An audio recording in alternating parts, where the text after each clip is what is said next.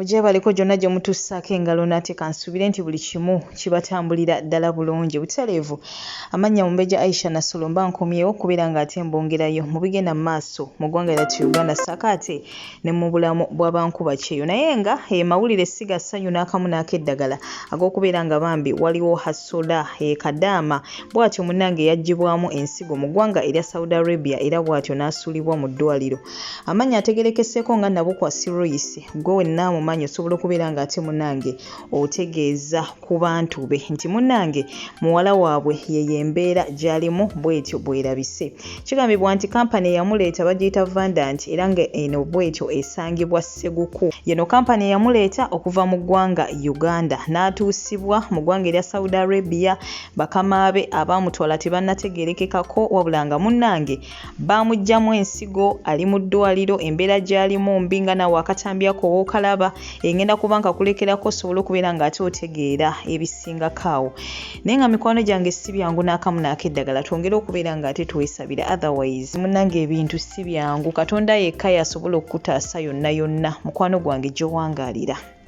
So nga ate ebyo nabyo tubitadde ku bbali munnange Brisher Kash emabega kaawo yavuddeyo. Tubadde ffenna tetumanyi ku taata wa Brisher Kash tubadde nga tulaba maama we mu buvidiyo obw'enjawulo yabeerako nawo mu interview ez'enjawulo maama wa Brisher Kash wabula munnange mu nnaku eziyise emabega ndowooza ziringa ennaku nga 2 yavuddeyo bw'atyo munnange n'atulaga ku taata we ssaako ne baganda be wabula nga munaye we tumanyi ba social media in-laws abamu we bateewummuza bavuddeyo mukazi wattu ono ne bamulangira ne bamuvumira taata we omanyi oli okudda ku taata wo n'amuvuma bangi nnyo bavumye taata wa Brisher Kash nga walabika obubi ne bagamba Brisher Kash nga watafa ku taata we kwegamba munnange bangi nnyo bayogedde ebigambo bingi nnyo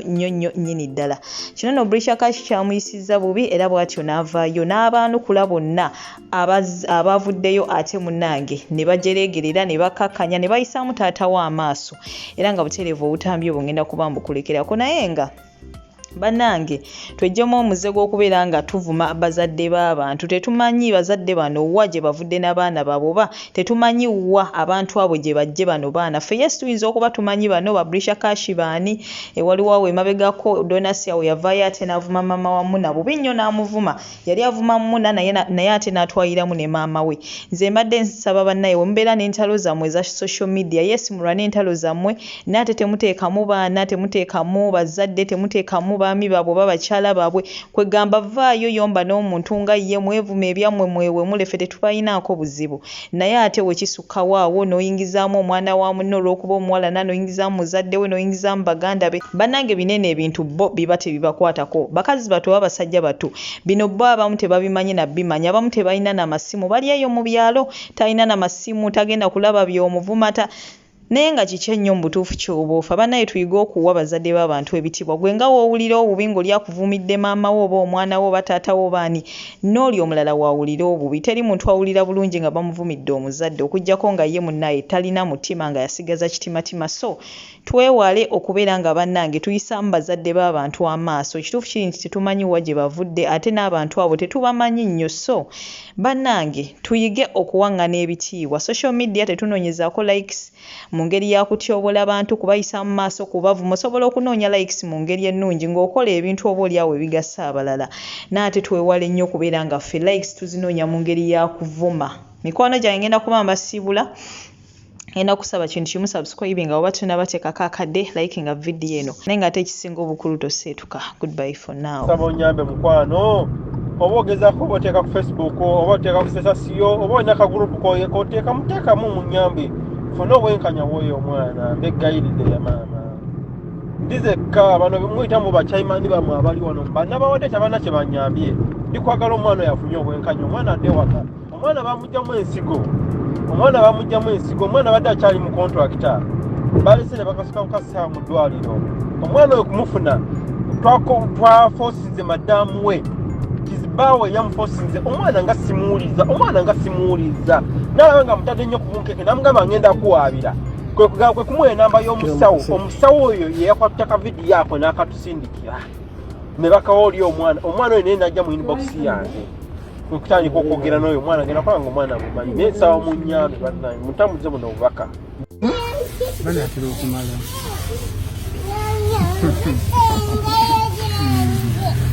Nochimanya okuzizza abaana muna mukuzi lava mukaddewa mbadde manyi wenna janezina video genda kungoba naye nanga wenfuniramu kubeera mu banda nga nange nfuna oyagala mbeere mu bandana tetuli ba bulijjona bambi tata wange nange wenjagala sagala nekimanyi nkufaananamu just lwakuba okaddiye naye nkufaanana naye mba saagala obeera awo ngakutwala oyagala mbeere nga ndi kitegeera taata wange bane mukama wonna buli amu asaanabire n'abazadde nga bamuwa ku mirembe omwana wange omwagala nga wali kati bwe mutulaba ku tiktok okimanya ku tiktok gye tubeera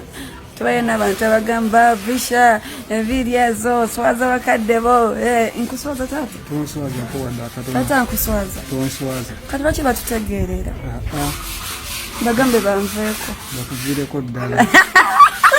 nze mba nfunamu ojja bwotyo naye ngwe nakyoleese ngamba kyekyo okusinga oli okubeera awo ng'anyirira naye nga takuyamba ng'ali awo ng'ate aleeba etabu okitegeera kwagala nyo wali mubanda dda kwakati wakakkanya nkuze bannange nkuze tatanga ali akuba kickbox katayagala yebaleka munnange navuddeyo nenkola video nga ndi ne taata wange bangi kyabasanyusizza kuba mubadde temumulabangako naye ate waliwo abamuyisizzaamu amaaso baba bayisizzaamu ono taata wange amaaso Brisher taata wange alabika bubi nnyo biki munnange goba mwinanga taatawo alabika bulungi weesuneko kuba ffe abamu embeera tukyayeeya buyeeya kulaba nga tukyusa obulamu bw'abazadde baffe so goba mukama yakuwa mangu n'okyusa obulamu bw'abazadde bo ne balabika bulungi nga otandisa okulaba babanno nga balabika obubi kimanyi nabo bali balabiseeko obubi so kati ffe abamu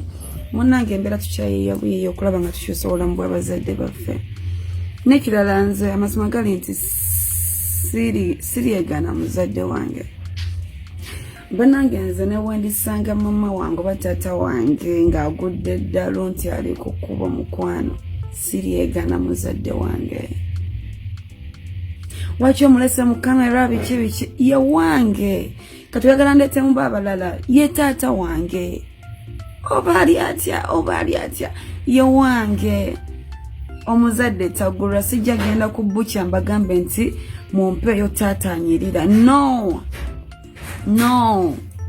yo wange bangi babalina wane nabaali banyirira nga bazadde baabwe bataata baabwe banyirira balina emibiri biki